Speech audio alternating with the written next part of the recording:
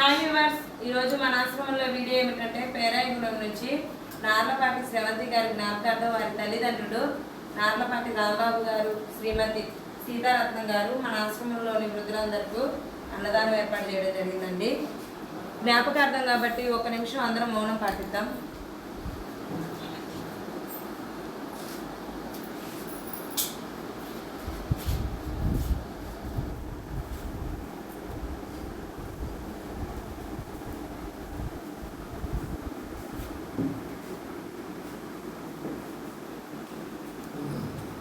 అలాగే ఈ వీడియో చూసిన మా వ్యూవర్స్ అందరూ వీడియోని లైక్ చేయండి, షేర్ చేయండి, సబ్స్క్రైబ్ చేసుకోండి వ్యూవర్స్.